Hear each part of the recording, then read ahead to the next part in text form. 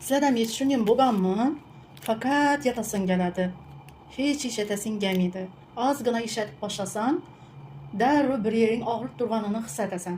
Məsələn, başın ağrıp durğan boladı, ayaq qolunun güç kaçıp durğan boladı, karnın ağrıp durğan boladı. Bir gün yuğunaman deyib 3 gün yürüysən, lekin yuyunmaysan. Uxlab yatasan, даже saat 10'da, 11, 12, 1'də turasan, əbiyətdə, lekin uxlab dəmağana oxşamıysan. Hazır məndə şunday halətlər oldu. Sizlərdən heç şunday bolğanmı? Eğer boğan bolsa bu halatdan nişatib chiqib ketgansizlar, aytgancha dardim bilan bo'lib o'zimni danishtirish yodimdan chiqibdi. Men adım Jamila. Asli Xorazmdanman, lekin hozirda Rossiyada ota-onam bilan birga yashayman. Oliy ma'lumotliman, magistraturani bitirganman, lekin hech yerda ishlamayman. Fakat uyda yotaman.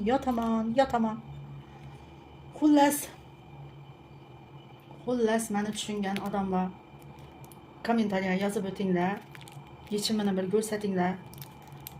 Xursand bo'laman. Bu arada kofe tayyorlab ichayotirman. Bir stakan kofe ichib, ozgina ishlarimni etib olamandan, yana yotamandan. Hatto o'zimdan o'zim nedovolenman, ishonasizlar. Aytgancha Xorazm tilida gapiraverdim shevasida.